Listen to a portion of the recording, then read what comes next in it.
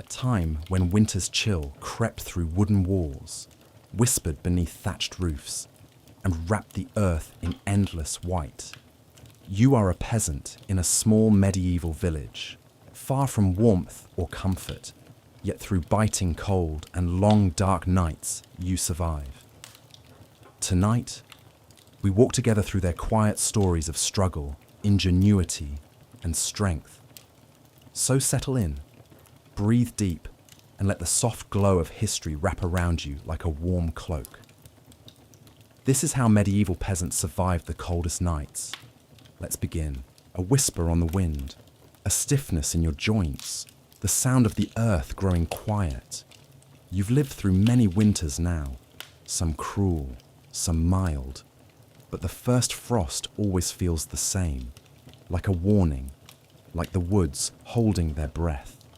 This morning, before the cock crowed, you woke, not from sound or dream, but from cold, creeping in through thatch and floor and door, felt in your bones as you rise beneath the firs, the cottage still dark, yesterday's fire reduced to ember, your hands dry and calloused, the children huddled by the hearth, the dog curled at their feet, your wife half asleep beside you, a quiet sigh on her lips. You move slowly, wrap yourself in old wool, crouch by the hearth, stir the ash, blow gently, again and again, until the ember flares and the fire catches, the first warmth of the day crackling into life. Outside, the sky is pale, the ground dusted white, breath curling into the still air, the village quiet and waiting, old Gouda sealing her walls with lard, Thomas dragging firewood, children kicking frozen mud, laughter thin and sharp, the mill creaking, the world slowing but never stopping. Inside, your wife grinds oats. Your child whimpers in her lap. You add water, salt, dried onion, and it's not much, but it fills the belly. Wind picks up again, rattling the window skins, crawling under the door, and you see what must be done. The roof, the beams, the curtains, too thin. So you work, with your son beside you, packing moss and wool into every gap, the cold always finding a way. But you're faster now, wiser. By midday, the cottage is tighter, the broth is warm, and silence is shared like heat. The children clean straw for bedding. Herbs hang from the rafters. Time for sickness or simply the scent of spring. The sun, never rising far before falling again. And you check the animals. Chickens puffed in their roost. Pig asleep in hay. Goat watching with boredom. The cow still breathing steady. Your hands spill the last water.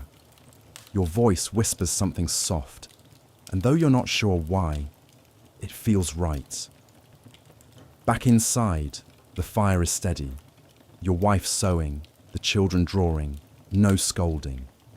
Just warmth and wood smoke and the soft settling of the house around you. You bank the fire with ash, lay the furs, place your daughter close to the flames, press your back to your wife's. And as the wind howls, as the cottage holds, you listen to the fire, the breathing, the beams creaking above, and think of tomorrow, sealing the roof, the floor, the windows. But not now.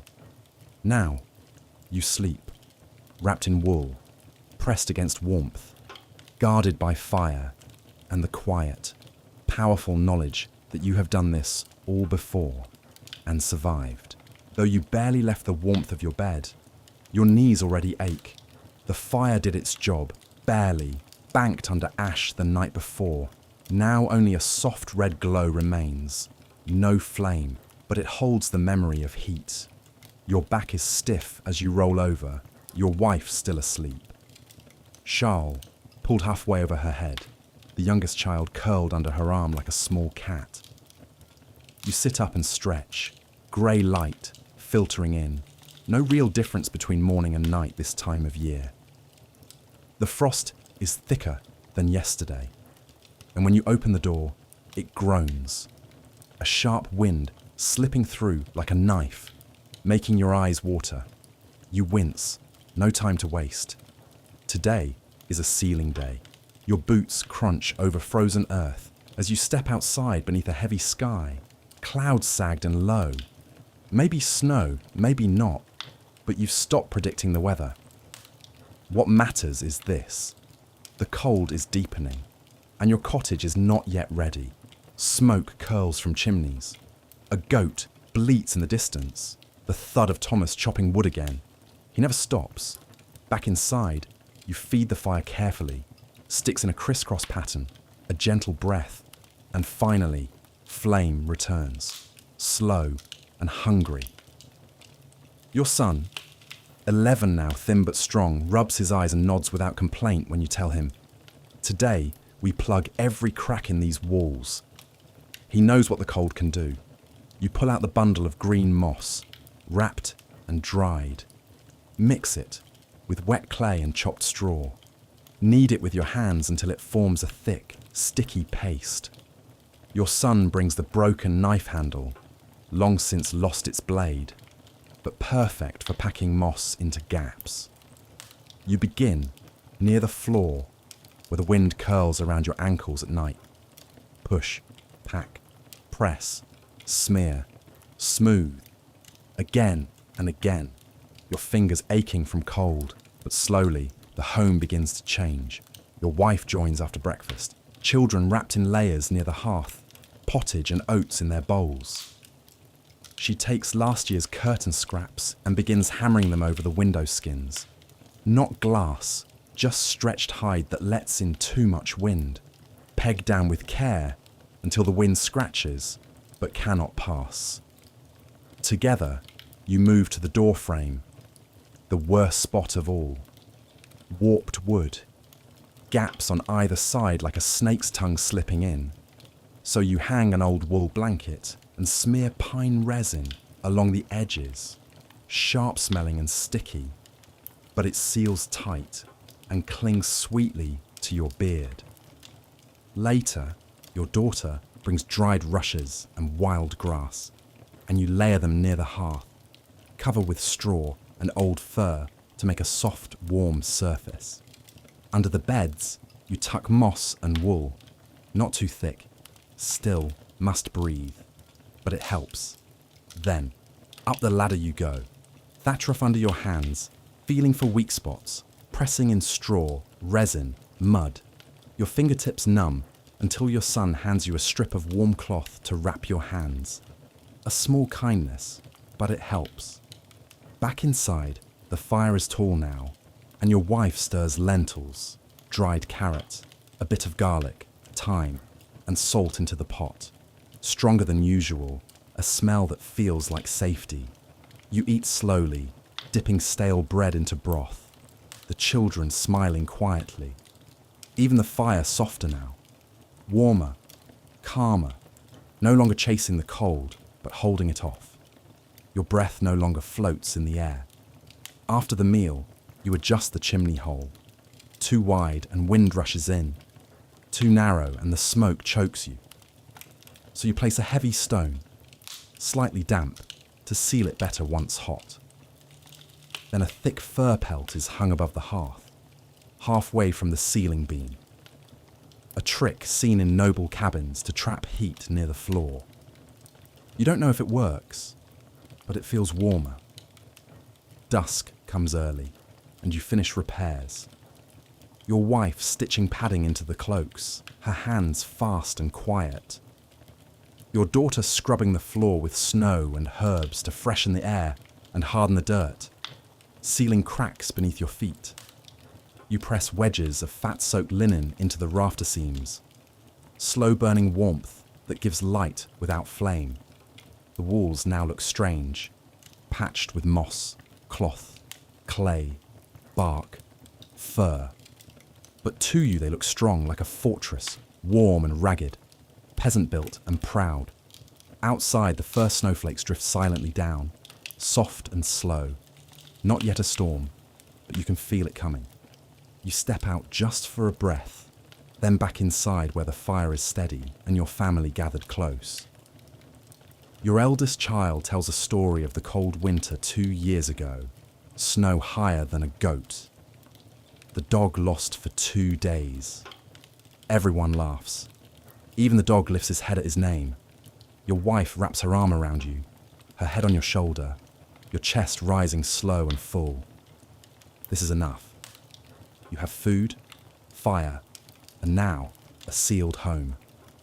Tomorrow, you'll think about the animals, the pantry, the woodpile. But for tonight, you sleep. The cold knocks at the walls, but it cannot come in. Not tonight. The cold sharpens the air, and even before your eyes open, you feel it creeping in, through the thatch above, the stone beneath, and the seams in the walls. While the fire is no more than a glow beneath a skin of grey ash, and you lie still, listening to the breathing of your family, the wind beyond the door, the soft rustling of fur as someone shifts in sleep. Morning light is dim and grey, the roof beams laced with frost, your breath floating in front of you. It's colder than yesterday, and as you sit up, joints aching, bedding stiff with frost, you rub warmth into your hands and swing your feet to the frozen floor, because today is not for wood or roofing, but a pantry day. You wake your son, who tends the fire with care, coaxing it from ember to flame, his breath dancing like smoke. Your wife offers dry flatbread from weeks ago, torn in silence, tasting faintly of ash and effort.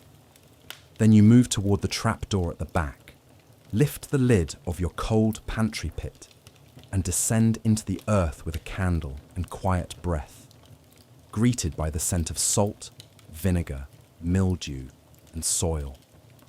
Here lie your treasures. Turnips wrapped in hay, rough and softening, onions strung on hemp with pale green shoots, garlic sharp and bright, beans like pebbles, and lentils in cloth sacks, each counted by hand. Farther in hang the real wealth: salted pork, pickled cabbage, sour mash, a single iron-hard sausage, and a piece of cheese wrapped in oiled cloth, cracked, sharp, and perfect. You carry what you need, not all, back to the ladder, your hands full but heart steadied, because you must know what's left, not just to eat, but to believe. Back inside, your daughter stirs the pot. Your wife adds herbs from the rafters, thyme, bay, marjoram, and you pass the beans and onions with a nod, and she smiles, calling it a feast. You laugh. Feast for mice, maybe. But you both know it's enough. You mark the pantry ledger, scratches on wood, a language of survival, and sit by the fire with stew that's thick, brown, and rich in memory, bread softening in broth, eaten slowly, flavour spreading with every bite. Enough for now. After, you refill the ale jug. Not true ale, but warm barley water with honey and herbs. And your daughter adds a drop to the pot, deepening the flavour, while your son slices leathery dried apples, sweet enough to fool the mind. By afternoon, the sky darkens again and you step outside, clearing snow from the coop, collecting frozen eggs, checking the root cellar with its sacks of soft carrots, bruised apples, potatoes with eyes, counting with your fingers on the stones, then returning indoors to the most secret pantry. Just a sack behind the bedding with rose hips, brown sugar, and a sliver of salted deer meat, saved for a hard night or a coughing child. You hide it again without words, your wife's eyes meeting yours in silent agreement, and as night falls, you eat once more. Broth thinner now, more bread, more herbs, still warm, still enough. The dog curls near the fire, eyes watching your bowl, until you let him lick it clean. And afterward, your wife passes a warm tin cup of ale between the children, each sipping in turn before the youngest crawls into your lap and whispers, "Tell the bread story." So you begin, soft and slow, of a boy, A cold winter and a loaf no bigger than a mouse's paw. The story they've heard 100 times but always ask for again. The fire crackles, snow taps the roof, the steam fades from the pot. But the warmth lingers, and you lie down together beneath the furs. Wife pressed to your back, children nestled in close, the dog stretched long near the hearth, and your mind drifts to the pantry. Half full now, the stew pot, the soaking beans, your neighbour's boy whose family has no meat. And you think maybe tomorrow you'll share a bit of sausage, just enough to remind them they're not alone. And so another winter day ends, not in bounty, not in hunger, but in enough. And in this life, enough is everything. The fire is still breathing, not much, just a faint orange glow beneath the grey ash, like the eye of something old and patient, waiting in the hearth like a secret heartbeat. And as you pull your hand from beneath the furs, you feel the air, cold, but not bitter for the work you did yesterday. The moss, the clay, the stuffed cracks is holding, and the wind outside sounds muffled now, no longer whistling through the cottage. You sit up, floor hard beneath you, air sharp against your cheeks. And this is comfort. This is success, because the fire lived through the night, and so did you. Moving slowly, joints stiff with winter and sleep, you kneel beside the hearth, draw back the ash with a stick, and the ember flares. You smile, just a little coaxing now. Dry wood, a puff of breath, and slowly the glow grows. Ember to flicker, flicker to flame, golden and quiet, dancing on the walls. You feed it carefully. Twigs, then oak, each chosen and remembered. The flames rising awake again. This fire is everything. Without it, there is no warmth, no food, no dried clothes, no boiled water, no medicine. In winter, it is not a luxury, it is a guardian. Your son stirs beside the hearth, smiles at the fire, adds moss to lift the smoke. A habit learned, passed from your hands to his, and the smoke curls upward, silent and thin, escaping through the roof. You nod, another lesson remembered. As the family wakes, the fire becomes the centre of the day. Your wife pours water into a pot, adds herbs from last summer's trade. Mint, fennel, ginger, and lays a sliver of wood over the top to hold the heat. It will take time, everything does, but it will warm the hands and settle the stomach. After breakfast, you and your son gather wood from beneath the eaves, dry logs hidden deep in the stack, each one a memory of summer, now gold. 6 logs, 4 branches, a bundle of twigs, enough for one careful day. You burn not for light, but for heat. Oak saved for the night, hazel and ash for day, pine for kindling, every piece chosen with purpose. Your son stacks them beside the hearth, thick to thin, and your wife adds dried cow dung bricks for the baking stove. Not fragrant, but long-lasting, good for coals. By midday, the fire glows full and strong, clothes drying on a line above, steam rising as your wife rubs ash into fabric, cleaning with her mother's old trick. Your boots thaw nearby, stones around the hearth checked for cracks, all still solid. You watch the balance. Too big, and you waste. Too small, and you freeze. Too fast, and smoke fills the room. Too slow, and your fingers go numb. You remember the neighbour whose fire went out.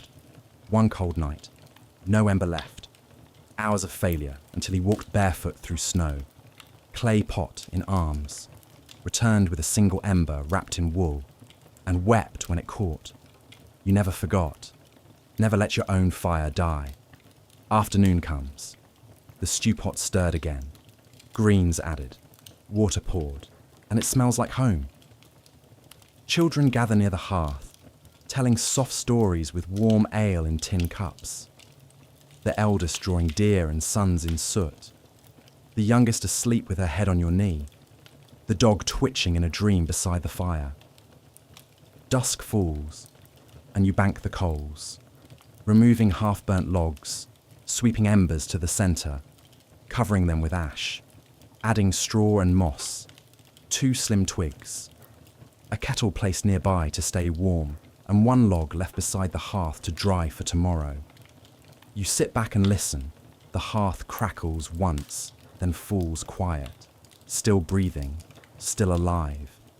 The fire is never alone. It is watched, fed, tended, not a luxury, but a companion, a keeper of memory, a guardian of sleep. And when snow falls for days, when wind howls and the sky turns to ice, it is your only defence.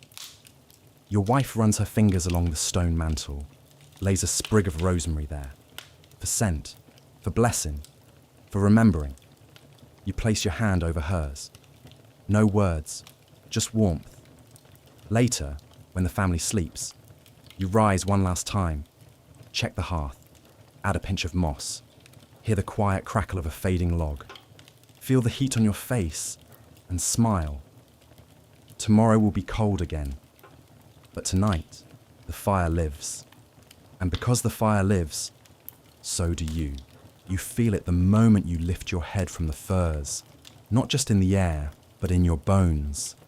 The fire still breathes, faint coals beneath the ash, but the warmth is thin and far away, and when you press your hand to the wall, it's like a river stone in winter, hard, cold, damp.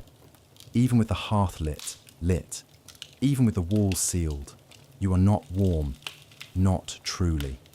And so today is for clothing, for layers, for wrapping the body in all that remains to keep the warmth from slipping away. Your wife, already near the hearth with red hands and 2 wool dresses, nods quietly. It's colder, and you both know what must be done.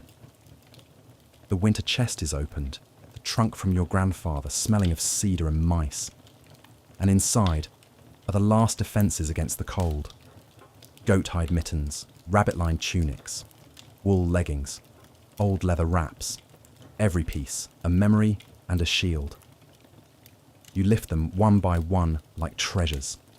The child's felted tunic, the patched flax shirt, the heavy cloak, the scarf from your wife's mother, stockings and shawls, socks that itch but warm the blood. And soon each child is wrapped, layered, smiling beneath the weight of old fabric and familiar smells. You dress yourself slowly. Linen undershirt, thick wool tunic, the long brown cloak with the torn hem, boots stuffed with straw, strips of cloth tied at calves and wrists. No vanity here, only survival. Your wife tucks lavender in her collar for beauty, for spirit, even now. The mending basket comes out, overflowing with work. Cloth scraps, broken needles, bits of stiff leather, and stitch by stitch. She teaches your daughter how to make warmth from almost nothing. You step outside, layered like bark, the air biting your cheeks, snow crunching like bones, and check the chickens, the fence, the goat shelter, each one rimed in ice. Your hood scratches your neck, but holds heat like a hearthstone, and you're grateful. Inside, the children take turns at the fire as your wife sews a shirt shut, clothing that won't come off until spring, that will be lived in, slept in, patched and dirtied, but never wasted. Midday passes with thin stew and cloth belts cinched tight, and your son jokes about the wind licking his belly as he ties his twice.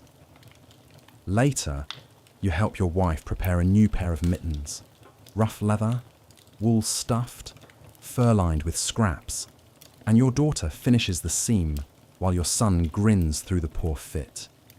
You examine every toe for frostbite, press them gently, rub tallow on your daughter's heel, whisper, "You're softer than snow," and she laughs through the sting. Before bed, cloaks are draped to dry, shoes set beside the fire, hands rubbed with lanolin, seams checked, belts tightened, cloths folded across chests, And when you lie down at last, wrapped in layers of wool, cloth, and straw, you realize something deep and quiet, that your body is a fortress now, not of stone, but of fabric and care. Every thread a wall between you and the hunger of the cold. And tonight, it will not touch you, for you are covered not just by cloth, but by memory, by labour, by the love that stitched warmth into every piece you wear.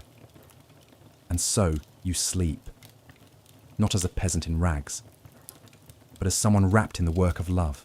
It started last night, a whisper of snow on the roof, a silence that thickened by the hour, a wind that never paused, and by dawn, before you even reached the door, you've been snowed in, sealed in white, the door frozen shut, the cottage hushed beneath the weight of winter, and so you kneel by the hearth, coax life from the coals, feel that first flicker of fire bloom and breathe, and say the words that every peasant learns in deep winter.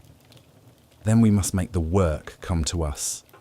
And so you divide the day. Morning for mending, midday for making, evening for remembering. You sit with your eldest, sharpening the scythe, not for now, but for spring. Each slow scrape a promise. Your wife unrolls the spinning bundle, twisting flax into thread beside your daughter, who fumbles, learns, tries again. You rub oil into harness leather, thinking of furrows to come. The snow still falls, and your wife tells stories as she works. How she bled her fingers spinning thread for market. How she once traded yarn for a comb and 2 copper pins. Your son asks to spin, and so he does, because in peasant life, age means little when hands are ready. You boil barley with old broth, share stale bread, and taste warmth where there is no feast. Your youngest draws the reeve in soot, and you smile, remembering how he counted your barley sacks for tax. You mark the tally slate near the fire, not just food, but debts owed in apples and eggs, favours to repay when the thaw returns. Because in a world without coin, labour is currency, and stories are a kind of wealth. You explain this as you whittle kindling with your son, and when he asks, "What if the snow lasts?" you say, "Then we trade stories for soup." And it's true, not a joke, for stories fill the hunger. Silence leaves behind.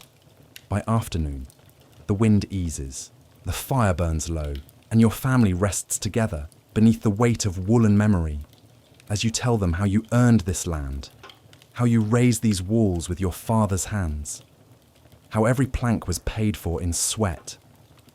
And in that moment, the storm feels smaller, because your story still lives inside these walls. And as night falls, your wife stews blackberries saved from summer, adds honey, sings a quiet song. A thread, a tale, a song, a spark, all carry light into the dark.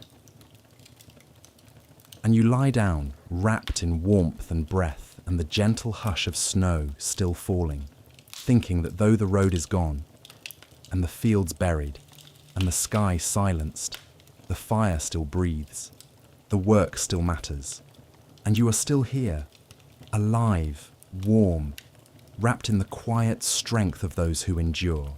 Snow still lines the roof. The path to the well is blocked. The woodpile leans lower than yesterday, and yet life continues. The fire has survived the night beneath its blanket of ash. The stew pot still holds broth, and your body still moves as you sit upright beneath heavy wool and blink at the small cottage around you. Simple walls and cold floor and sagging roof, a space that holds your entire world and hums with hidden work. Work that doesn't shout, but keeps a house alive when the world outside stands still. The bread is gone, the last heel dipped in broth 2 nights ago. And now all that remains is a small bag of barley, a few beans, 2 onions, and a sack of stale oats. No flour. And your wife, already awake, wraps her head in cloth, tucks her fingers in her sleeves, and without words, you both know. Today, she'll trade. She doesn't wait for the storm to pass, just prepares carefully, lifting the spindle of thread she's spun by the fire, fine and steady, then wraps 6 carved horn buttons, 2 strips of dyed ribbon, a bit of dried mint, a sprig of thyme, and a tiny handcloth stitched in red, all treasures in a place where coin is rare and winter is cruel. You tie the bundle and help open the door, snow pressed high against it, digging until there's room to slip through, the air biting hard. But her eyes don't flinch. She is the daughter of winter, and this is not her first barter with the cold. She vanishes into the white path between houses, bound for the baker's wife, who still owes a midsummer favour, because that's how winter works, a web of small debts and quiet trust. Back inside, you work. Tools to check, iron goods to mend, a broken knife, 3 bent hooks, a chipped ploughshare. Not for today, but for the thaw. You sharpen slowly, stone on steel, scrape away rust, rub with tallow, straighten hooks with fire, polish the blade's edge, knowing the snow won't last forever. You remember the seasons, till in spring, plant in summer, harvest in autumn, mend and plan in winter. Your labour traded for a strip of land. The manor always expecting its due. Days in the Lord's field, a cart of wood, a portion of grain. But anything more, anything for your family, is earned by your own hands. Not in silver, but in work. You step outside, shovel snow from the shed, count your tools, spade, baskets, bent sickle, sack of straw, and behind it, the seed store, barley, oats, beans, flax, dried peas. You open the jar, listen to the rattle, dry and safe, and sigh with relief, because these are your future meals. Inside, the children are awake, and you pass out tasks. Your daughter cards wool with wooden combs. Your son tightens the shelf with rope and driftwood. Even your youngest gathers kindling in a basket. Little jobs that aren't little at all. Because in a peasant house, every stitch, every spark, every sliver of wood counts. By midday, your wife returns, cheeks red, eyes proud, and sets a cloth bundle on the table, a bowl of flour, 2 dried apples, a stub of cheese. You smile, knowing what it cost, her thread, her buttons, her trust, because that's what winter demands, one good thing for another. She kneads the flour with water and broth, rolls it flat, cuts rough rounds, drops them into a hot pan. The smell fills the room, and when the first flat cake is ready, you break it in pieces and share it. Chewy, plain, a little burnt, but warm, and shared, and earned. After the meal, you sit with your wife and plan what to grow, what to trade, what can wait. The reeve will come soon to count the grain and collect the tithe, a portion for the Lord even now, even in snow, and you'll give what you must, beans, lentils, maybe sausage, but you don't complain because that's life. Grow what you can, give what you must, and keep your family warm. That night, you tell the children a story of a man who had only a feather and a spoon, but made a feast so fine it fed a whole village. They laugh, and your son whispers, "Was the feather from our chicken?" And you tap your nose. Trade secret. Then when they sleep, you sit by the fire, staring at the crack in the ceiling where spring snowmelt will drip, and you think of seed and soil and sweat. But mostly you think of now, this quiet, this warmth, this life built from scraps and work and waiting. It is not much, but it is yours.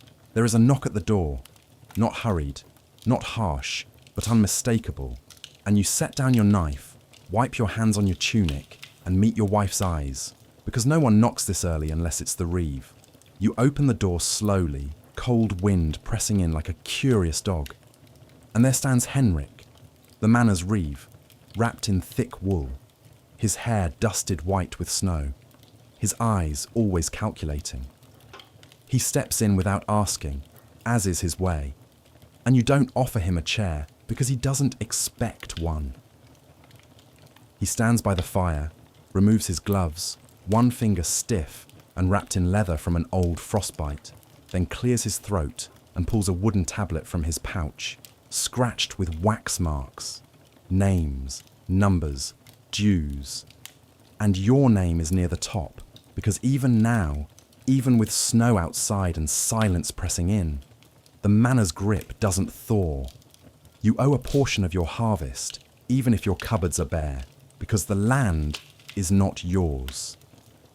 You move slowly to the corner where your food stores sit, and your wife, wordless, opens the jar of dried beans, sets aside the half sack of oats, and though only 2 links of sausage remain, she lifts one anyway and wraps it in cloth. She knows the price of refusal. Years ago, your neighbour learned it the hard way, when his sick wife and empty stores weren't enough to stop the reeve from taking his goat, the only thing he had left. And the next season, his debts doubled, and now he begs at the village edge. You hand Henrik the goods. He weighs the sack, inspects the cloth, scratches a line in his wax, and says, "Next in the row's the miller. She's behind again," then leaves. The cold air lingering after the door shuts, and the fire crackles louder in the quiet that follows. You sit, feeling the silence swell, your wife sighing as she picks up her spinning again, fingers slower than usual.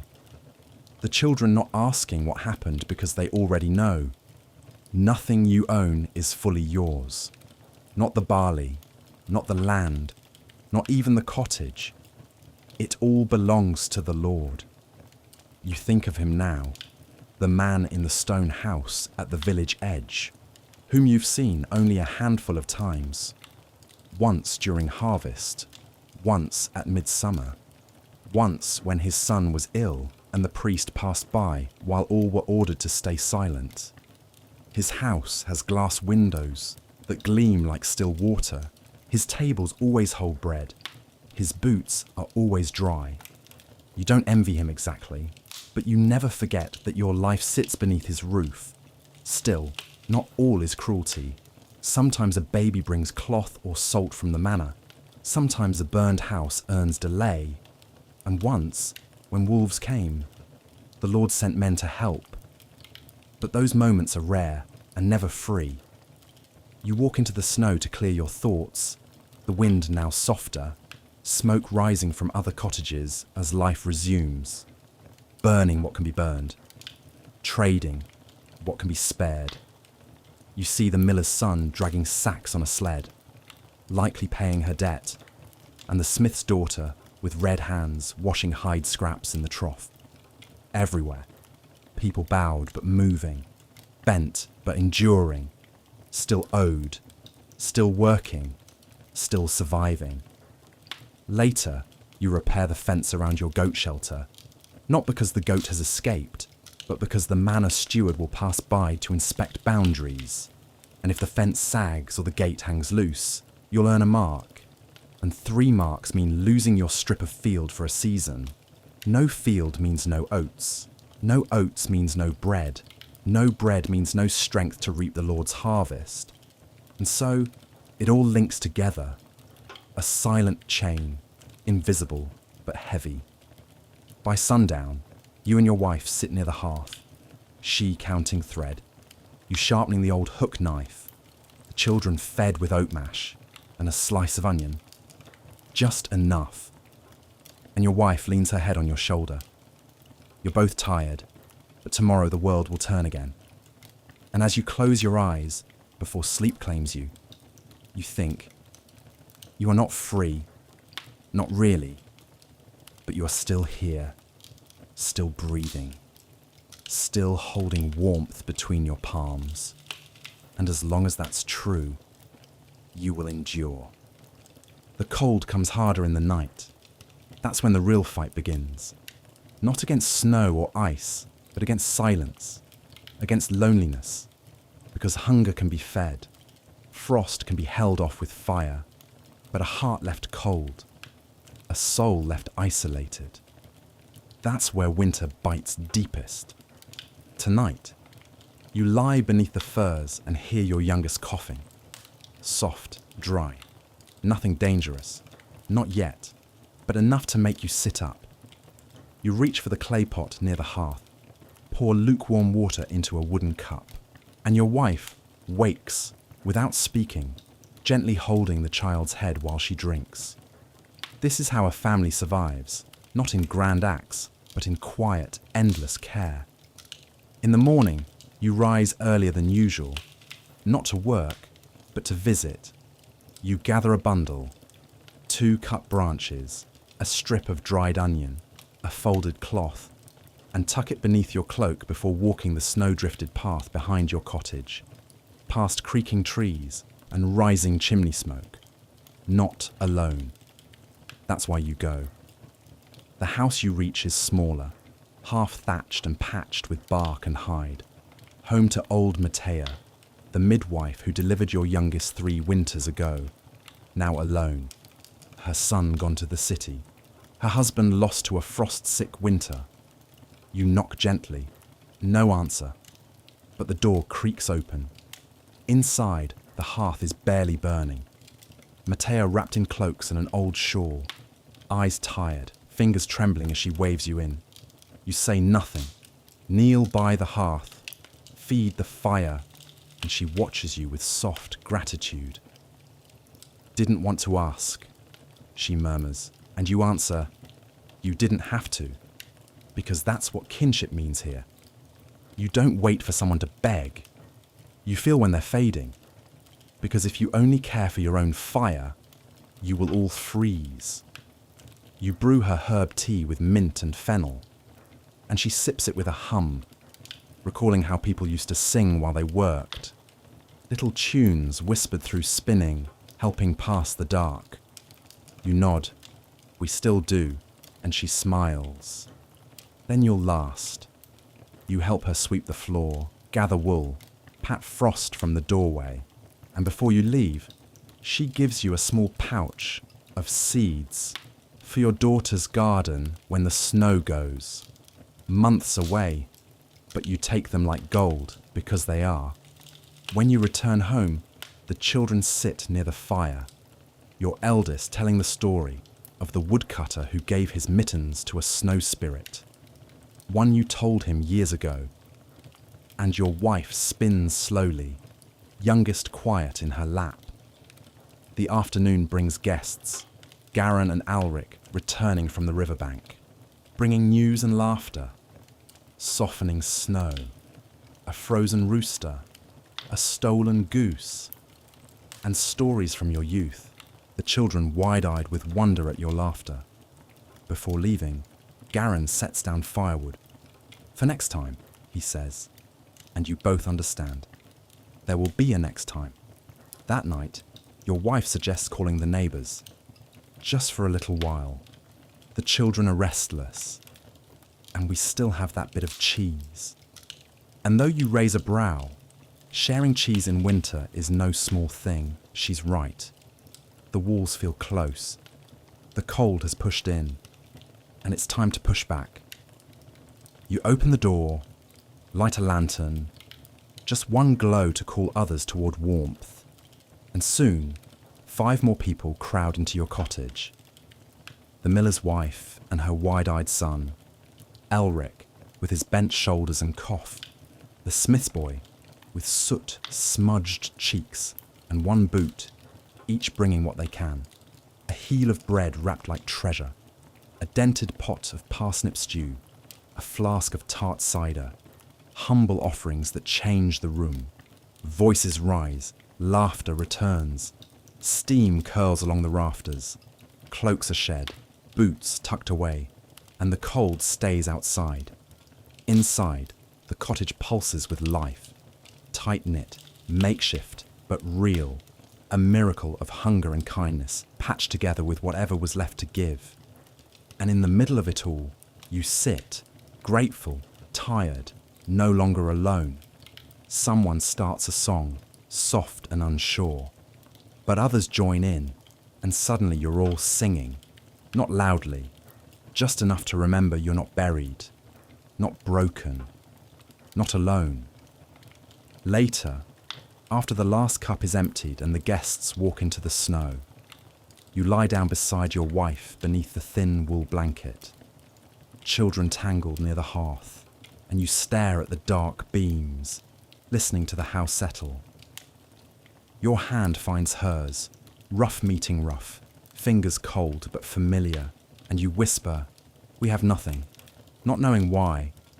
Then she turns toward you, eyes closed, and smiles. "But we have each other," and it's true. The larder is bare, the roof leaks, the debts remain, but tonight there are bodies safe in the warmth of the fire, voices that laughed, hands that shared, and in this long, cold, aching season, that means everything. More than coins, more than comfort. It is enough, even when the house is still, even when breath fogs in the air and the world outside is nothing but ice, the fire burns on. Because if it dies, you don't wake up in the morning. It's that simple. So every night before sleep, you tend it. Not with gold or silver, but with dry wood. Even damp wood. Even almost wood. Because in the dead of winter, you burn what you must. You remember your father's words, spoken long ago as he knelt beside a fire much like this one. Fire eats what the body can't. And it's true. You've burned bones cracked and brittle, dung stacked like bricks, sticks slick with rot, straw that stank of mould, splinters from broken carts, even your own sandals, the leather curling like autumn leaves as they smoke sour and hot. Because in the end, fire doesn't care what you offer it, only that you do. And in return, it gives back light and warmth and the illusion of safety. The oldest trade you know. Anything for heat, whatever it takes to see one more dawn. And this morning, the fire is hungry, so you rise before the others and kneel beside the hearth. Sift through last night's ash until you find faint red coals like eyes. Breathe soft and steady. Feed them wool scrap and the thinnest sliver of pine. And when the flame comes, small but real, you build it slowly, with old oak splinters, curled bark, even the dried spine of last summer's fish, and the warmth spreads like a blessing, pushing cold from stone and skin, melting frost from the windows. Outside, the world is locked in snow and silence, but inside you have fire, not just warmth but defiance, a soft, glowing refusal to surrender. You check the fuel basket, almost empty, then step outside where the woodpile leans like a tired man and dig through the snow, pulling half-frozen sticks and branches loose. By midday, the room is warm enough to shed your cloak, and you sit shaving kindling into curls, your wife beside you spinning wool while you speak in whispers about firewood rationing, one log for the evening, straw twists for morning, bones and bark for midday. And it sounds rough, but you've lived through worse. The children help dry wood by the hearth. Even the dog curls close like a worshipper at the altar, because the fire is God here. You remember the deep frost years ago, when people burned tools and cradles, even barn beams. One family surviving on dung cakes dried by the fire, because survival isn't noble, only persistent. Your eldest brings sheep bones, and you show him how to crush and scatter them for heat. Bone burns hot, you say, and ash keeps the flame alive. And he nods, like it's gospel. The miller's wife brings old flour sacks too worn to use, but good for burning, and you trade 2 dried apple slices, a fire earned. That night, bramble twigs crackle in the hearth. The baby startles and settles. The dog sighs, and your wife marks 3 charcoal lines on the door for the logs burned today, each one a tally of survival, careful and necessary. Night falls and the children curl into sleep, and you sit near the fire, one eye on the flames, one on the shadows, whispering a prayer not to saints or gods, but to the fire itself. Stay through the dark, the frost, the wind. Because fire is not just heat, it's memory, continuity, the one thing you can pass down in hunger. Your father once said, "The house isn't made of stone, it's made of flame." And tonight, as you place one last sliver onto the coals and watch the light stretch into every corner of the room, you understand exactly what he meant. A stillness first, the kind that makes your skin prickle, as if the world has paused, just for a breath, waiting. Then a pressure in your ears, a deep, strange fullness, like diving too deep beneath water, like the sky is holding its breath. Then, wind, sudden, sharp, angry. It whips around the cottage, dragging claws across the shutters, pulling at the thatch, slapping the walls with frozen fists, the sound rising like a voice in a rage. And then, the sound, a crack, not like wood, not like fire, not like anything that should belong to this earth. It is a sound that splits the spine, high and vast and ancient, as if the sky itself has torn open. You sit up in the darkness, heart already racing. Your wife is awake too, her eyes wide, lips parted, her hand already searching for yours beneath the blankets. The children begin to stir beneath the furs, shifting in sleep, small fingers curling tight around nothing. The fire still burns, low, steady, brave. A single point of warmth in a house made of old boards and borrowed time. But outside, the world groans. The roof trembles under unseen weight. The wind howls, racing around the corners of the house, screaming through gaps in the walls like it's trying to get in. Snow is hurled sideways, driven hard against the window like gravel. This is no ordinary snow. This is a sky storm, the kind the old ones spoke of in hushed voices, when the lamps were low and no one dared to laugh. When the wind howls like a woman, your father once said, "Close your doors, do not answer, do not speak your name, because something might be listening." You rise and throw on your cloak, the wool cold against your skin, moving quickly, quietly, your breath misting in the dark. You check the door latch, still firm. You wedge more straw into the cracks where the wind finds its way in. You whisper the old words, barely remembered, half prayer, half spell. Not by frost nor by flame, not by claw nor by name. In the Middle Ages, storms were never just weather. They were warnings, messages, signs that something beyond the veil had stirred. To peasants like you, they weren't just cold or inconvenient. They meant something. They meant everything. You remember your grandmother's voice, trembling, half blind, fingers gnarled as roots, telling stories by firelight, storms that followed cursed travelers, thunder that meant the saints were angry, winds that carried voices, long dead, still searching. She spoke of trees that bent toward guilty men's houses, of lightning that struck barns where unspoken sins were hidden, of men whose shadows walked faster than their feet. You didn't believe all of it, not really. But tonight, you light the extra candle anyway, just in case. The children whimper. The baby begins to cry. Your wife hushes them with a low, quiet song. Not joyful, but protective. A warding tune. Old, wordless, just enough to tell the air, "We are human, we are here, we are not yours." You sit beside the fire, listening. Every creak in the roof, every whistle through the chimney, every distant thump. Maybe a branch, maybe not. You don't check. Not tonight.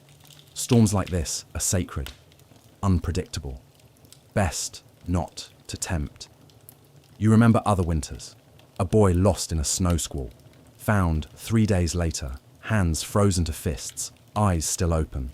A cow struck by lightning in the pasture, legs stiff, eyes wide, steam still rising from its hide. A woman from the next village who claimed she could feel storms in her bones. 2 days before they came, she'd whisper, "The wind is whispering again." No one laughed at her. The church said these storms were tests, sent by God to measure the strength of your soul. And maybe they were. But they were also something older, something colder.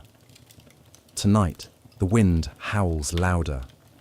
You feed the fire scraps, wool shreds, a broken spoon handle, the last of the chicken bones. You are not just feeding flame, you are feeding hope and fear and the small, desperate belief that warmth might hold back whatever waits in the dark.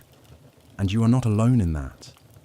You remember the village priest, Father Arnulf, standing in the square once during a storm like this, arms stretched to the sky, praying in Latin with a voice like thunder.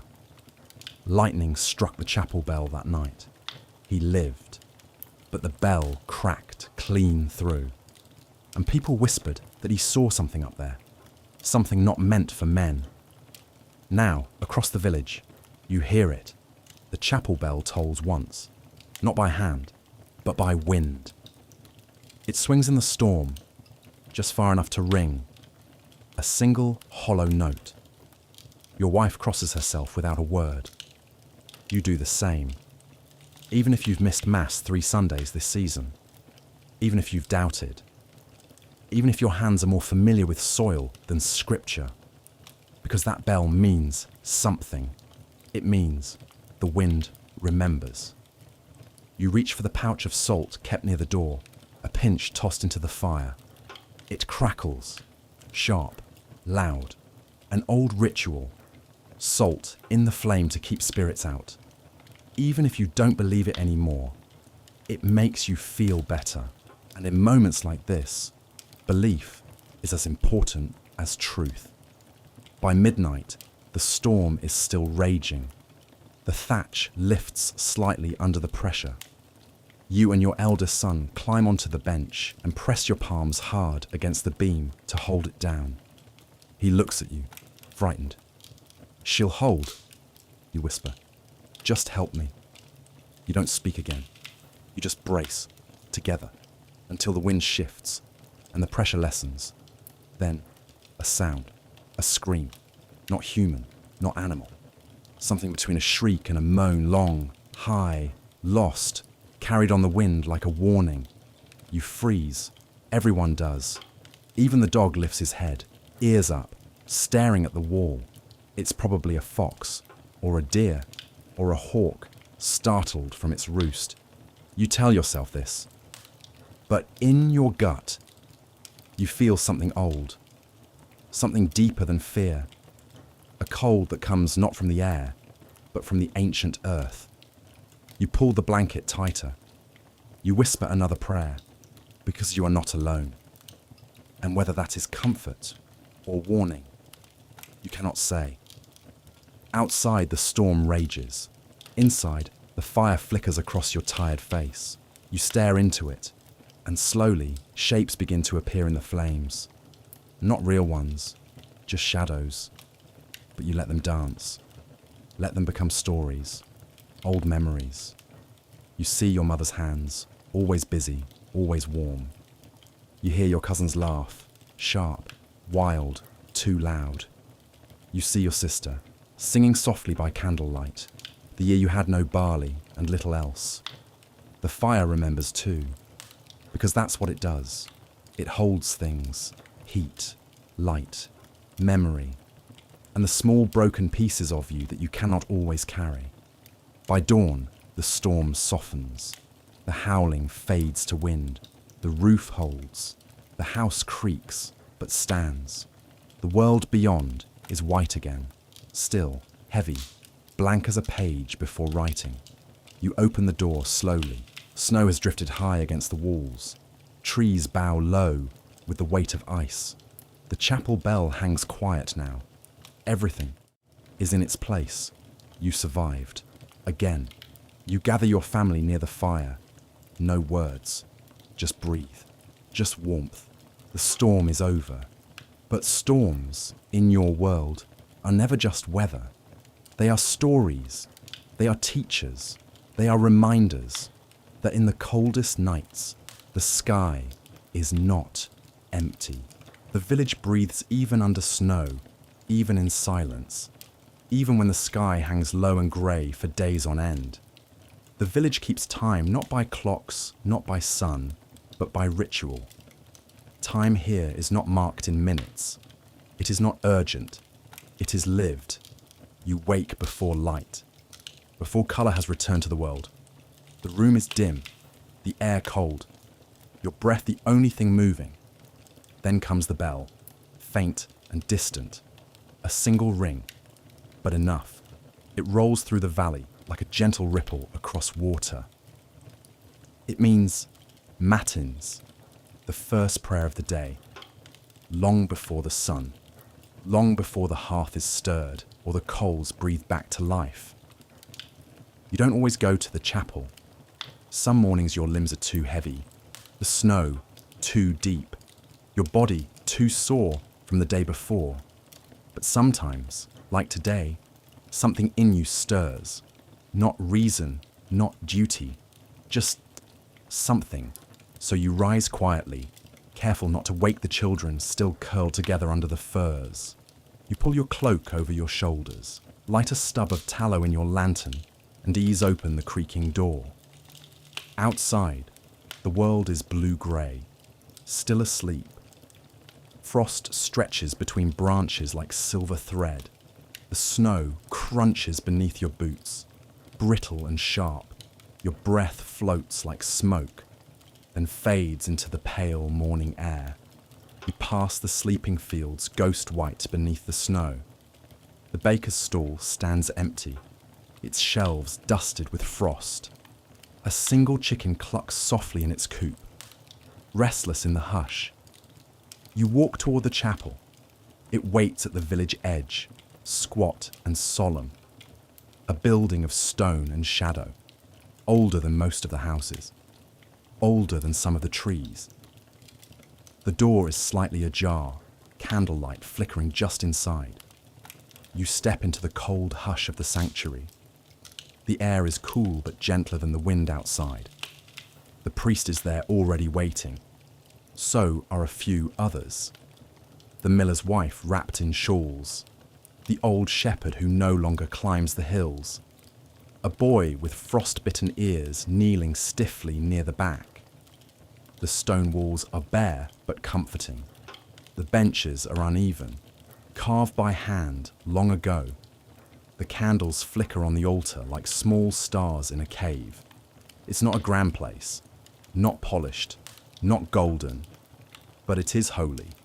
Not because it's perfect, but because people keep coming. You sit near the middle and bow your head. The priest reads from the Psalms, his voice slow and steady like a stream moving under ice. Not out of show, not even out of fervour, but because the rhythm matters. In winter, when all the days blur together, when the light barely stays, when your body forgets what green looks like. Ritual is what keeps the world from falling apart. The service is short.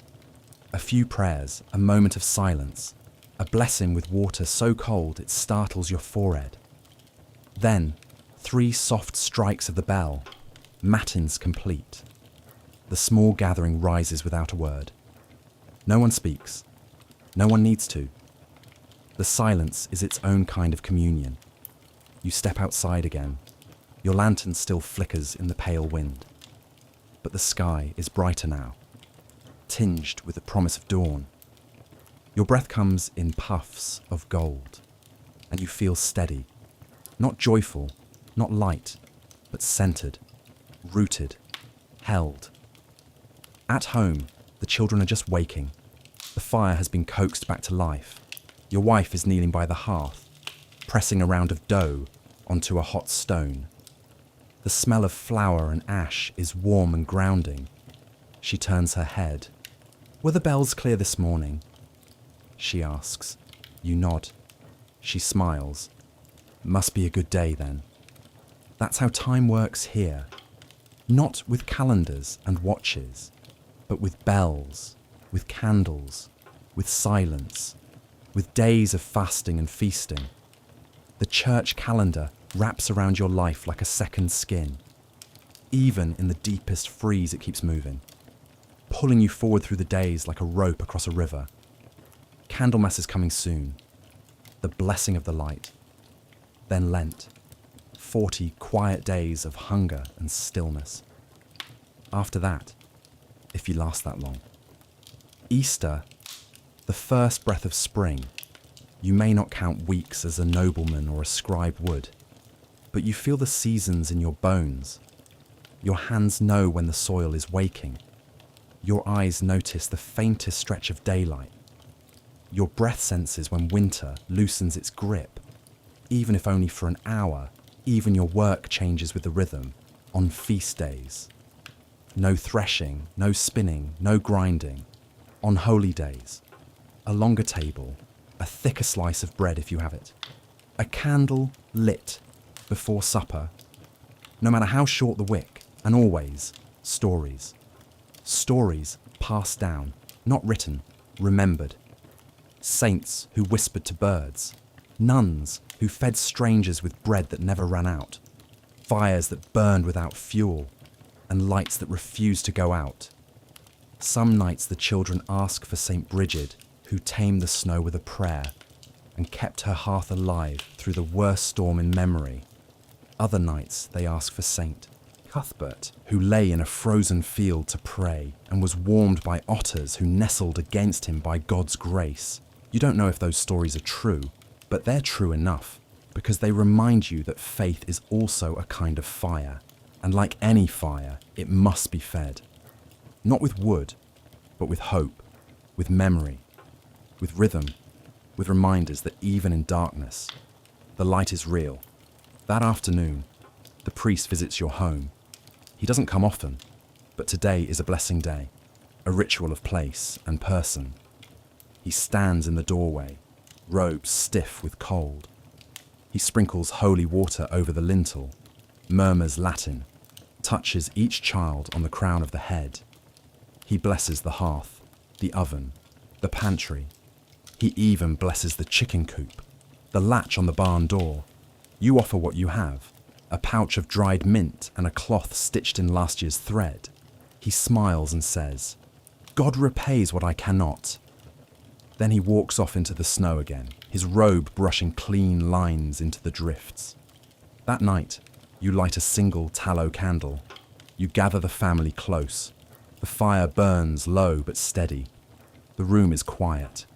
You say grace, not loud, not fancy, just a few simple words. For warmth, for breath, for each other. The candle flickers. It throws soft gold onto the faces around you. Your wife's cheek glows. Your son watches the flame like it holds a secret. In that moment, nothing else matters. The whole world becomes this table, this light, these hands, this breath between sentences. You eat slowly. No one says much, but the silence is full of warmth, full of memory, full of ritual. Because the point of sacred time is not what you do, but how you remember it. And tonight, in the coldest part of the year, you remember that you are not forgotten, that you are not alone. You are part of something larger, not just a family, not just a village, but the turning of the world itself. The calendar will move on, Candlemas will come, then Lent, then new seed, new rain, new sun. But for now, you sit beside a candle, and that is enough. That's what winter means, in the old way. Fields silent, animals still, sky heavy and low, cold pressing down in quiet white weight. Rivers frozen, trees holding breath. But your hands do not sleep. Inside the cottage, the fire burns low, not just for heat, but for light, because there is always work to do. You kneel by the hearth, rubbing stiffness from dry, cracked fingers dusted with ash and wool, warming them as the fire blinks awake. Your wife is already up, sitting straight, hands spinning in a slow, practiced rhythm, drawing wool into thread with the ease of breathing. She has done this every morning for years, even before her first bite of bread. It's too cold to work the fields, too frozen to thresh barley. But inside this small smoky room, a quiet factory hums, not of gears, but of need and care, and the ancient truth that everything begins with hands. You go to the basket of broken tools, a hoe with a cracked handle, a dulled sickle, a pitchfork missing a tine. These tools belong to your father, perhaps his father before him. Nothing is thrown away. You mend. You shape new handles from greenwood, soak hide until it's pliable, bind cracks, sharpen with a nearly smooth stone in long, slow strokes. It takes time. Winter gives you time. Behind you, the children stir. The baby crawls toward the warm hearthstones. Your daughter sits to spin beside her mother. Your son stitches his torn shirt with uneven but earnest hands. The baby bangs wooden spoons together. Not toys, just borrowed joy. Summer was fast, loud, sweaty. Winter is slow, quiet, deliberate. You can't rush weaving, stitching, carving. Everything moves gently, or not at all. Your wife hums, not a song but a tune older than words, passed through generations. No one interrupts her, not even the baby, because the sound of a mother humming is as comforting as firelight. You pause to rub your wrists, then reach for a basket in progress, meant for herbs come spring. Gathered reeds dried over weeks now softened, ready to weave, over, under, shaping something from almost nothing. When younger, you hated this work. Now you understand.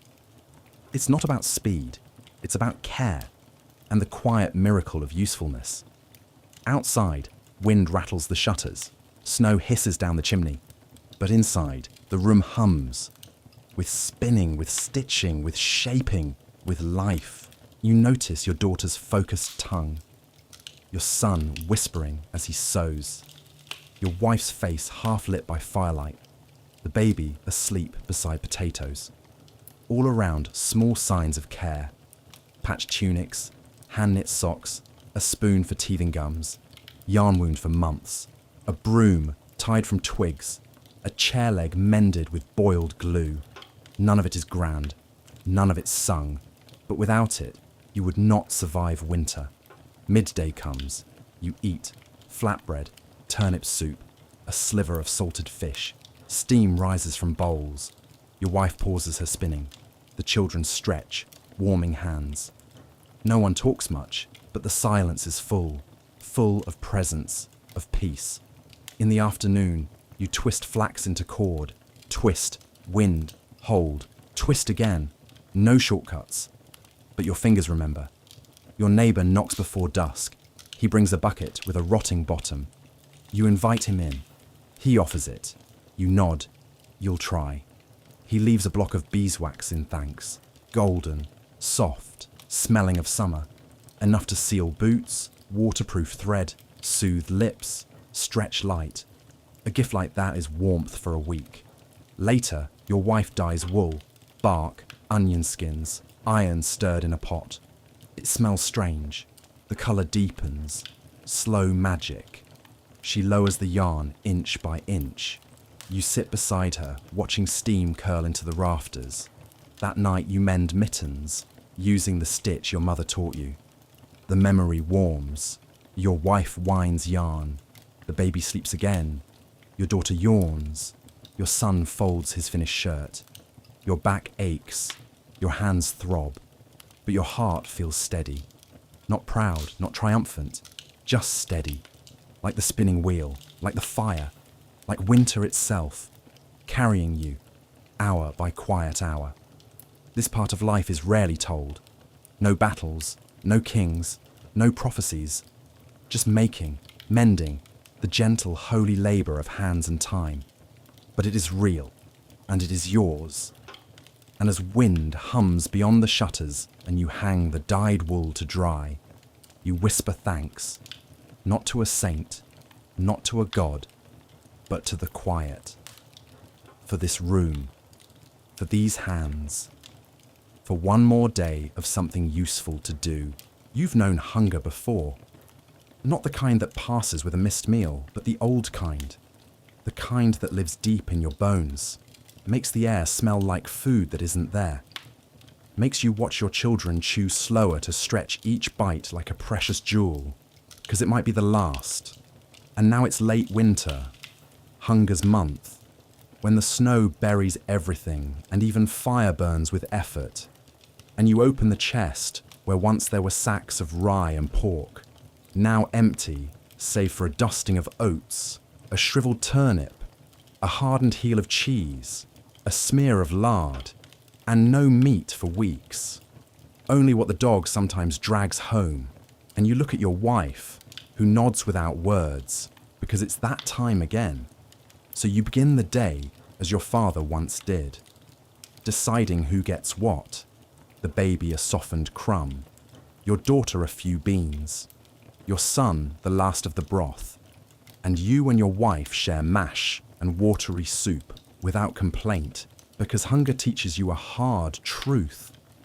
A parent's hunger is a child's survival, and so you stretch what's left, mixing oat dust with water, salt and birch bark, stirring it into a grey sludge you serve with a tired smile, calling it rib sticking, while your wife boils onion skins with bitter roots behind the coop, chips ice to melt for tea, sweetened with a sliver of summer honeycomb.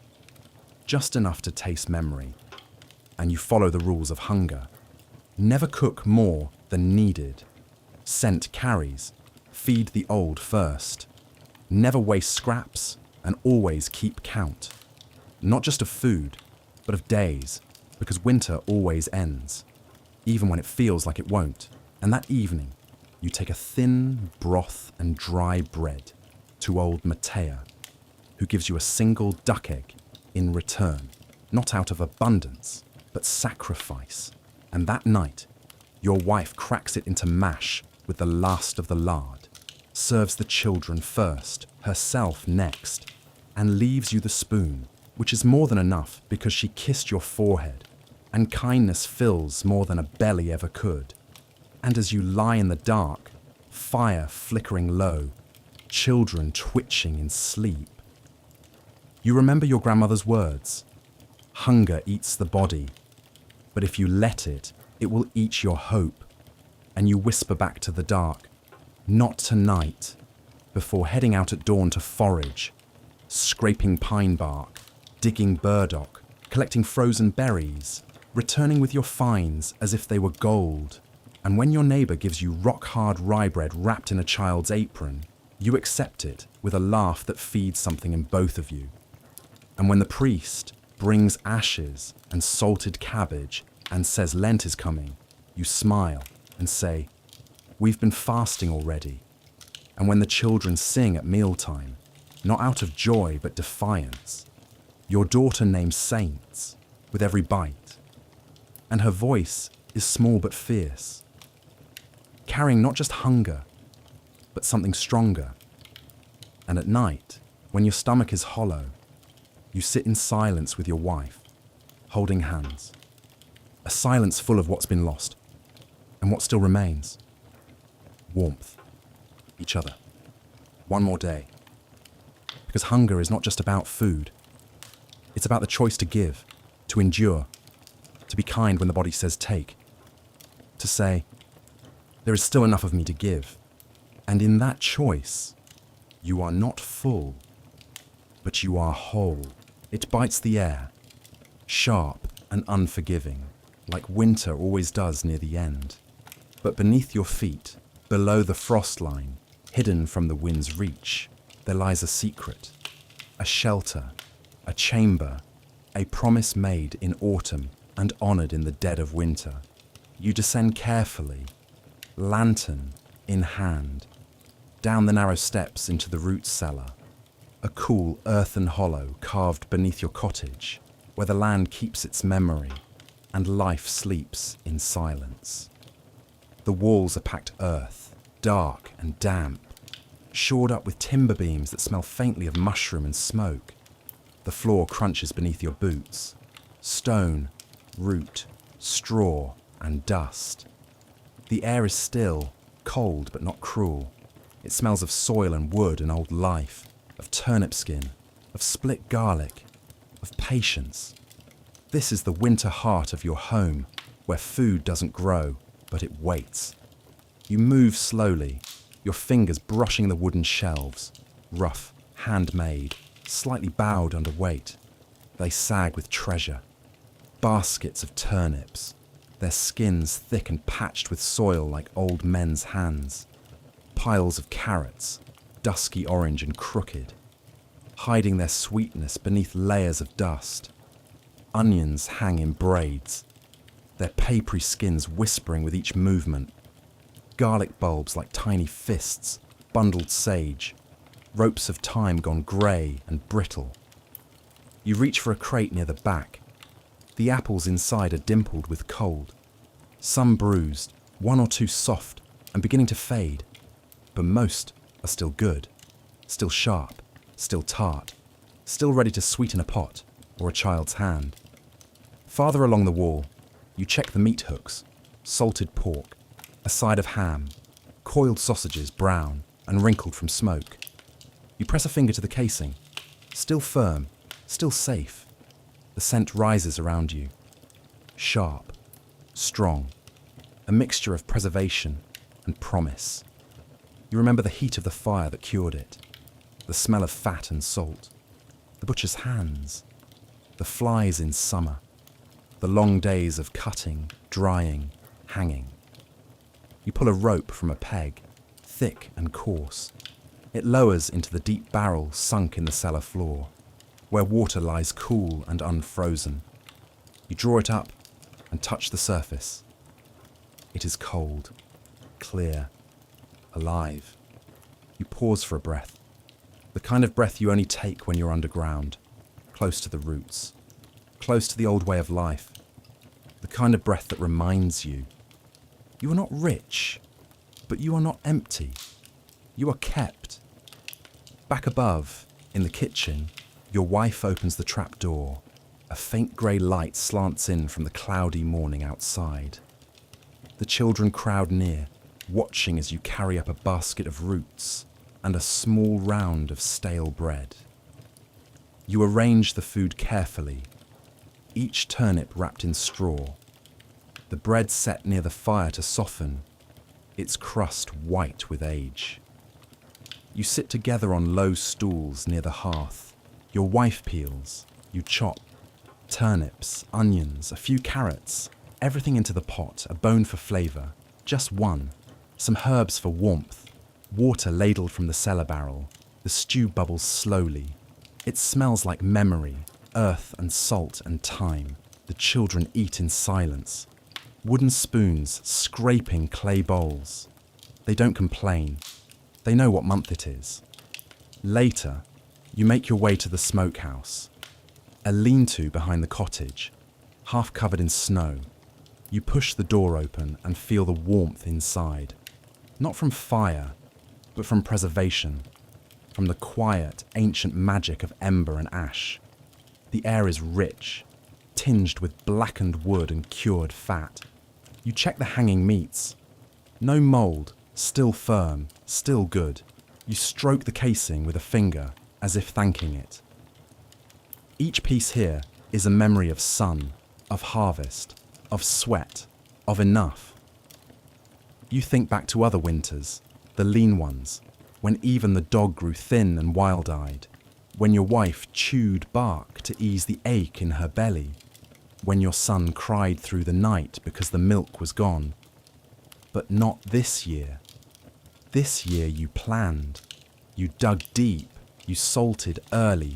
You kept watch on the herbs. You counted jars by candlelight. This year the cellar holds. In the corner of the room, you open the old wooden chest. Inside, beans, peas, lentils, wrinkled and hard as stones. You run your hands through them. They sound like pebbles, but they're gold to you. They'll last. They always do. You check the cabbage crocks fermented weeks ago. The brine thick and sour. Your wife opens one, pulls a strip from the top, and nods. Still good, still strong. She smiles. Tastes like my mother's. You smile back. Because fermented cabbage means spring will come. It means health, gut strength, salt in the blood. It means you know what you're doing and what your people have always done. At night, you sit together, the fire burning low, stew pots scraped clean. The children sleep with full bellies. You and your wife hold hands in silence, not out of need, but thanks. You say a small prayer, not to saints, not to any single god, but to the cellar, to the earth, to the roots that held, to the apples that did not rot, to the barrels that did not leak, to the smoke that kept meat safe, to the cabbage that turned sour, not spoiled, to the coal that preserved instead of killing. Outside the wind stirs again, the shutters creak, but beneath the floor the cellar breathes. It sleeps, but it is not silent. The roots rest, the jars wait, the earth holds its promise. And you, in your cottage, by your fire, in this harshest month, you rest too, because you know what lies below, and you trust it. Winter may rule above, but life, quiet and patient, still reigns beneath. Days and nights blend softly into one another beneath a low, unchanging sky. Not bright, not dark, just grey, heavy as wool, endless as thought. And inside your small timber frame cottage, life moves differently. Not rushed, not still, just steady, with walls of wattle and daub patched again before the frost came. A packed earth floor scattered with straw, your breath fogging faintly in the morning air as the fire in the hearth, which has burned all night, glows red under grey ash. And you stir it gently, adding dry twigs, then thicker branches until flame returns with a soft sigh, while your hands, stiff and swollen from cold and work, rub together, fingers flexed near the rising heat, and outside the fields lie in silence. No bird song, no plough, just snow, white and deep, hiding the rows you know by heart as the land sleeps in heavy stillness. But inside these four walls your body never rests. Your wife already up and bent over the hearth, stirring a pot of thick porridge made from cracked oats, dried apples, and a spoonful of lard, faintly warm and earthy in scent, reminding you of lean years survived, while the children sit wrapped in wool near the fire, quiet, not playing, not squabbling. The eldest tracing knots in the wooden floor, half lost in firelight. The youngest humming tunelessly with hands folded in her tunic. And you kneel to pull your work tools from their place by the wall, a bone-handled knife, a small hand axe, a gathering basket, your spindle carved smooth by years of use, each bearing your mark, made or mended by your own hands. Because this is how life continues. By tending what you already have and stepping outside, you brace yourself as the cold bites sharp across your cheeks, down your neck, through the seams of your tunic, your wool cloak pulled tight, the snow crunching beneath your feet with that dry, hollow sound winter brings, the sky above slate-coloured as you walk slowly through the village where smoke rises from crooked chimneys and icicles dangle from the thatch, nodding to neighbours bundled in cloaks, some leading goats through the snow, others hauling buckets of ice to melt by their fires. No one lingering long, because the cold is not cruel, but it is serious. And your first task is to gather firewood in the nearby forest. Quiet, white, skeletal, where the trees are brittle with frost and limbs encased in ice, and you know which are safe to take. The ones fallen in autumn, dry but not rotted, breaking branches slowly, stacking them in your basket as your gloves dampen and your fingertips burn. But still you work, because the fire must be fed and your family waits.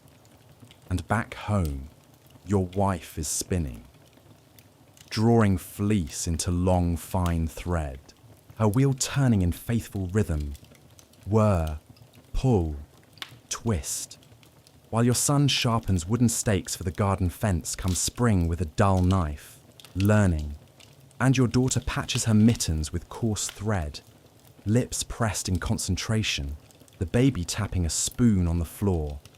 Not really a toy, but joy comes in simple forms here. And when you return with wood, you stack each branch by the hearth, hands reddened, legs aching, the warmth seeping into you slowly, not like heat, but like forgiveness. And you eat midday together. Porridge again, a bit of old cheese, a thin slice of salted fish atop rye bread, a cup of elderflower tea from last summer's harvest that smells like a memory, like sun. And later, in the village square, neighbours arrive wrapped tightly, voices muffled by frost and scarves, because this is how you endure winter. Together, exchanging small goods, a spool of dyed thread for barley, a carved button for beeswax, a sack of hay for a length of twine.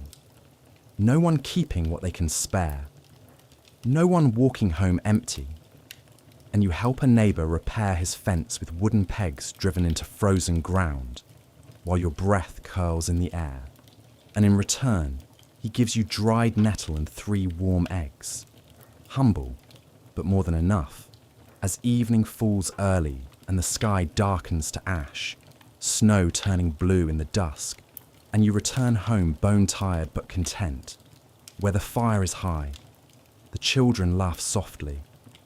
Your wife serves stew with turnips, lentils, and a bit of smoked pork, and you eat in silence, wooden spoons clinking in bowls, not fancy but honest, warming your ribs, then take your spindle in hand, aching fingers soothed by the motion, round and round, draw and twist, while your wife hums, not a song, but breath with melody, the children asleep against each other, the baby's thumb slipping from her mouth, hearth glowing golden as you look around your home at the patched clothes drying by the fire, the clay bowls stacked neatly, the herbs tied to the beam, the warmth between the walls, not just from flame, but from work, from love. Because this is survival, this is winter, this is everything. And tomorrow will be the same. Snow, fire, chores, quiet gifts, and you will rise again, to spin, to carve, to carry, to care. Because winter isn't just endured, it is shaped by hands like yours, by homes like this, by hearts that choose to keep going, one quiet day at a time. The sun sinks early now, not fading, but vanishing, as if it's too tired to argue with the cold. The wind hums through chinks in the walls, under doors, across rooftops that groan with frost. Inside your cottage you stir before dawn, not from duty, from instinct. The kind that wakes you when the air feels wrong, when the silence feels too deep. You dress quickly.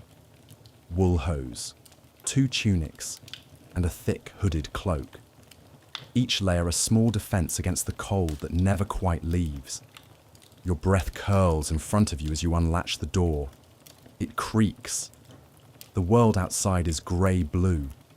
Still, a soft dusting of new snow has fallen, blurring every edge. Fences, footprints, the corners of the square. But the village is not asleep. Not really. The village breathes. You hear it first. The hush of boots on snow, the murmur of low voices, neighbours gathering near the well, a shared routine, a sacred ritual. Someone hands out kindling, bundled twigs, bound with twine.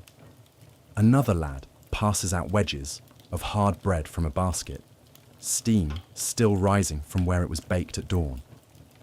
You thank him with a nod. He shrugs. We all eat the same frost. You see the old thatcher leaning against a post, breath ragged but eyes sharp. The village elder, wrapped in 3 cloaks, stirs a pot hung over an open flame. A faint scent of onion and garlic hangs in the air. He gives each passerby a ladleful. No one asks for more, the hunger is shared, so is the silence. No one says much, but every gesture, every offering, every bit of help says the same thing. We are still here, and we are still together. You walk to the chapel, where a list hangs pinned to the wooden door. Names of those who need help this week.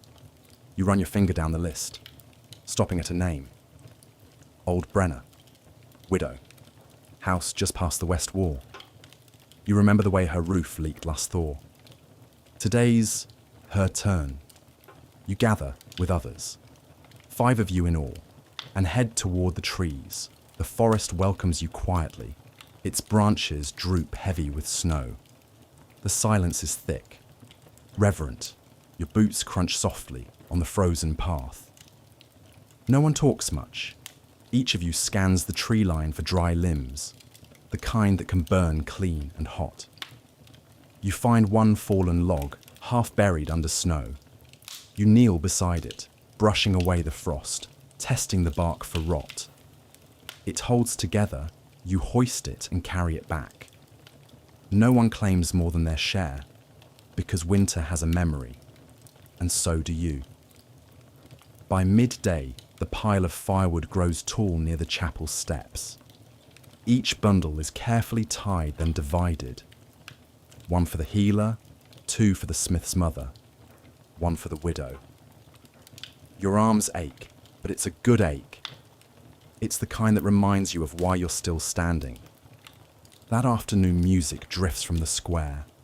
Soft, slow, a lute plucked gently by the baker's eldest son. You didn't even know he played. Children circle around him, their hands tucked into sleeves, their cheeks pink. They laugh quietly, stamping their feet to stay warm. Their joy is delicate like snowflakes on wool, fleeting but real. You're handed a warm cup, elderberry tea with just a drop of honey. Someone saved it from the summer harvest. You sip slowly, the warmth spreading like sun under your ribs. At dusk the feast begins, not a feast of excess, but a feast of memory, of survival. The long table in the chapel is lined with flickering tallow candles. The walls are hung with woolen banners dyed with onion skins and beetroot. Homemade beauty in a season of scarcity. The stew is humble. Turnip, cabbage, barley, and a precious handful of salt pork, but it fills the bowls and fills the silence. You sit beside your wife, your children across from you, their knees swinging under the bench. You pass the bread slowly. Every hand touches the same loaf. The elder stands. His voice is gravel and winter wind. He speaks of old winters, the year the river froze so thick you could ride a horse across, the year the snow buried the chapel door, the year they lit the last candle and waited in the dark, and how they always came through it together. One woman sings, a soft song about St. Bridget warming the earth with her cloak. Another hums a tune you half remember from your childhood, something about lanterns and lambs and spring. Later you walk home. The stars shine pale and distant above. The moon casts everything in silver. Even the snow seems to glow. You walk slow, your wife's hand warm in yours. No one speaks, because peace doesn't need words. Inside the cottage is still warm, the fire low but steady. Your children curl into the furs like pups in a nest. You cover them gently, check the hearth, sit in silence with your wife, shoulder to shoulder. You think of the bread shared, the fire split, the quiet music, the way the village moved, not as one voice but as many, all singing the same song, not in unison, but in harmony. You whisper a quiet thanks into the fire for the forest, for the food, for the feet that walk beside you today, and then you rest, because tomorrow the snow will still fall, but so will kindness, and that is what will carry you through. There is another shadow that walks hand in hand with winter, quieter, crueler, sickness. It does not knock, it slips in with the wind, soft as frost on a window pane, sharp as breath in the night. You awaken to find your youngest shivering, small limbs curled tight beneath blankets, his face pale, lips cracked, breathing shallow, a dry cough rattling like wind through brittle leaves. And just like that, fear settles in. Not fear of wolves or starvation, but the fear every parent knows, the kind that stills sleep and wraps the ribs in wire. There is no doctor, no shining lights, only you, your wife, and what little you remember of the old ways, herbs, heat, and hope. Your wife moves quickly, wrapping the child, fetching dried elderflower, chamomile, yarrow, and willow bark, steeping them in hot water whose steam rises like breath from a beast. You remember the old healer with bark-skinned hands and whispered words more prayer than spell. She is gone, but her knowledge lingers in firelight and quiet acts. Word spreads without cry, but the village knows, and soon neighbours appear with broth, cloths, roots, and soft hands. One sits with the child, one offers a wax candle shaped like a dove. For peace, she says. Outside the wind screams, but inside hands move. Soup simmers, blankets warm, lullabies hum. You cradle your child by the fire, feel heat that does not comfort. Yet still you hold, still you hope. There is no schedule now, no spinning or chores, only the rhythm of care. Wipe, check, whisper, repeat. Time blurs. The healer's daughter arrives with honeyed garlic, salt, moss, herbs to burn and calm. That steadies you. You ask, will he be all right? She doesn't answer, just holds your hand, and that is enough. Night falls again, limbs ache, eyes burn, but you do not sleep.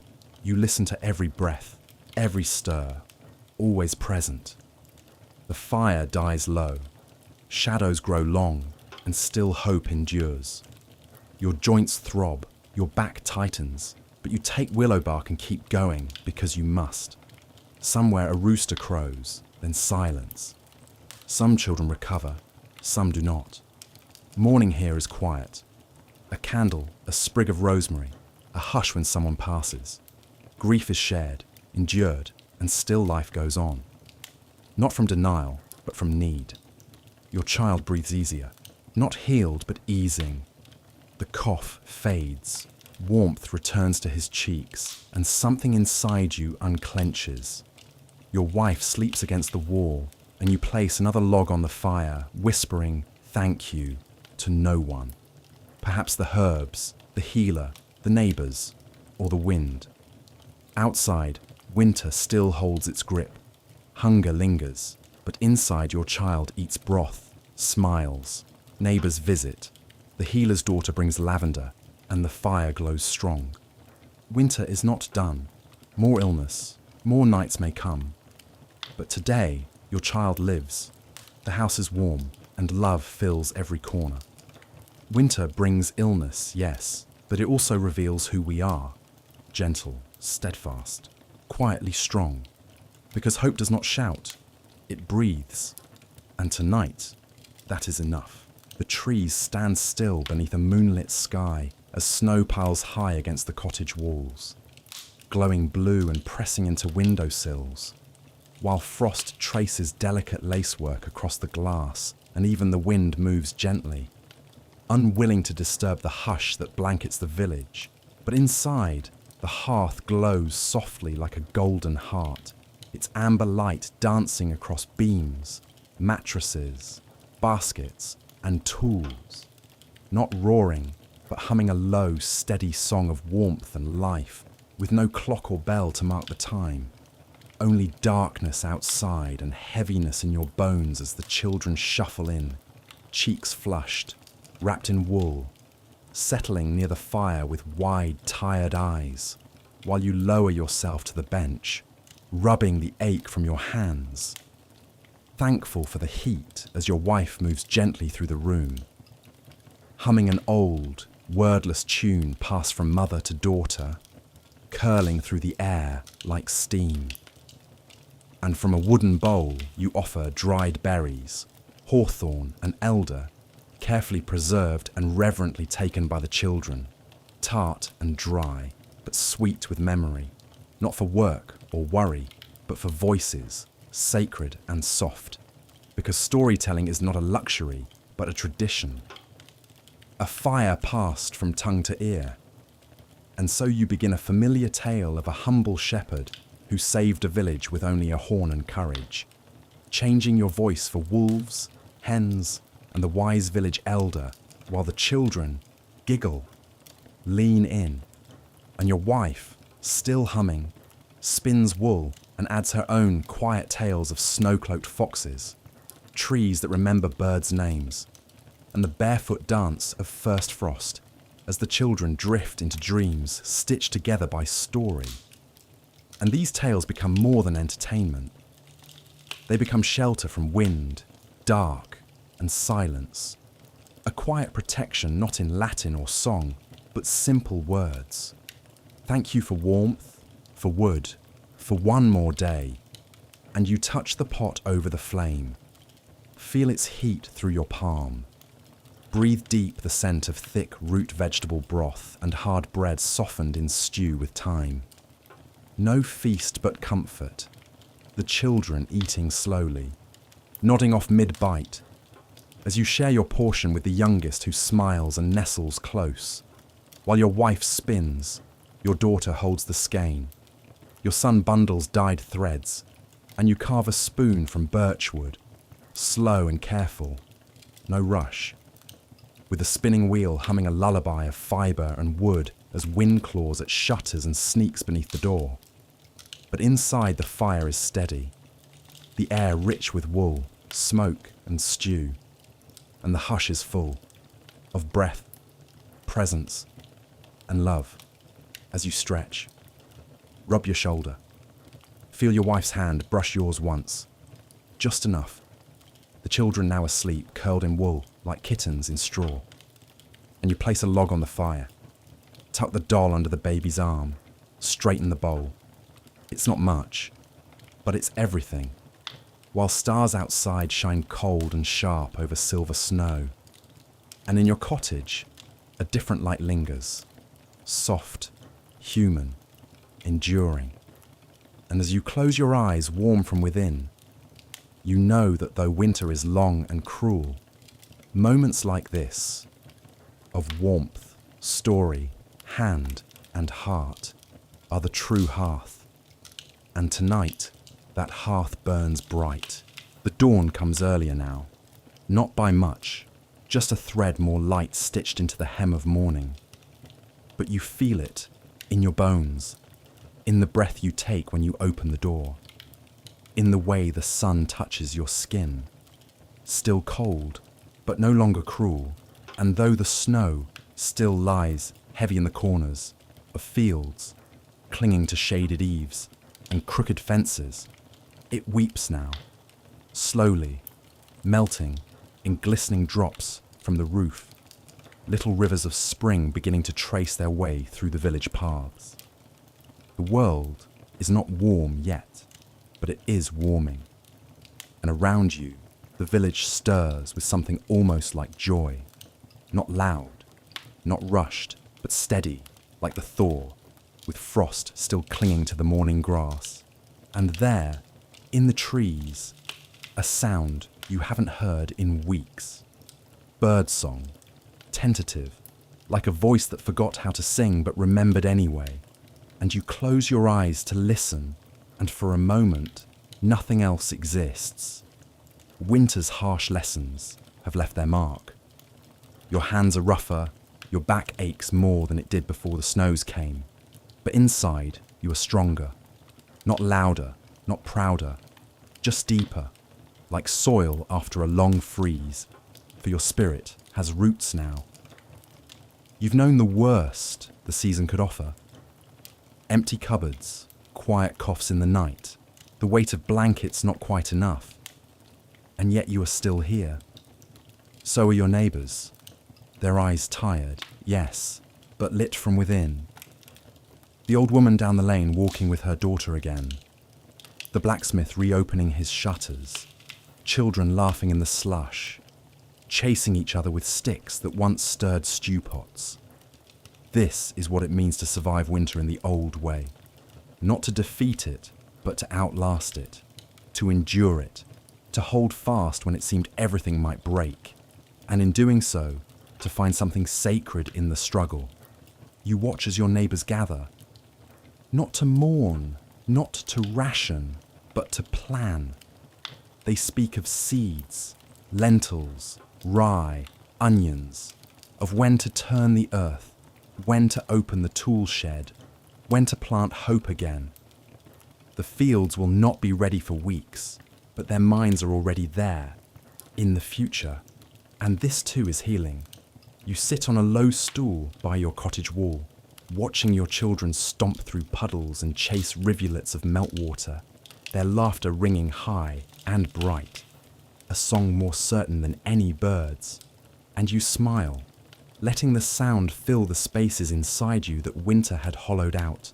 And you remember, not the hunger itself, but the meal shared after. Not the shivers, but the way your wife tucked the blanket closer around your child.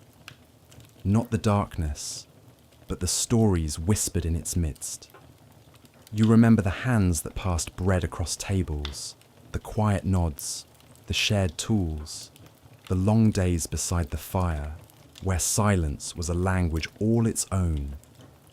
You remember the kindness. That was what endured, even when food did not. That was the fire that never went out. This was the peasant's winter, a season of labour, yes, of stillness, of bone-deep cold and quiet grief, but also a season of small victories, a warm spoonful of stew, a neighbour's knock, a child's fever that broke before dawn, of shared strength, born not in noise or battle, but in mending socks, boiling bark, and trusting that light would come again, of quiet hope passed like a candle flame from hand to hand until spring arrived. May these stories stay with you, and may they remind you, in your own winters, whatever they may be, that even in the coldest, darkest times, warmth still lives. That strength doesn't always shout. Sometimes it just breathes and holds on. Thank you for walking through this winter with me, for sitting beside the fire, for listening to the snow fall, for remembering the ones who came before and how they endured. May your night be peaceful, may your dreams be gentle, and may your mornings always come. If you found comfort here, please like, subscribe, and share your thoughts below. Until next time, sleep well and good night.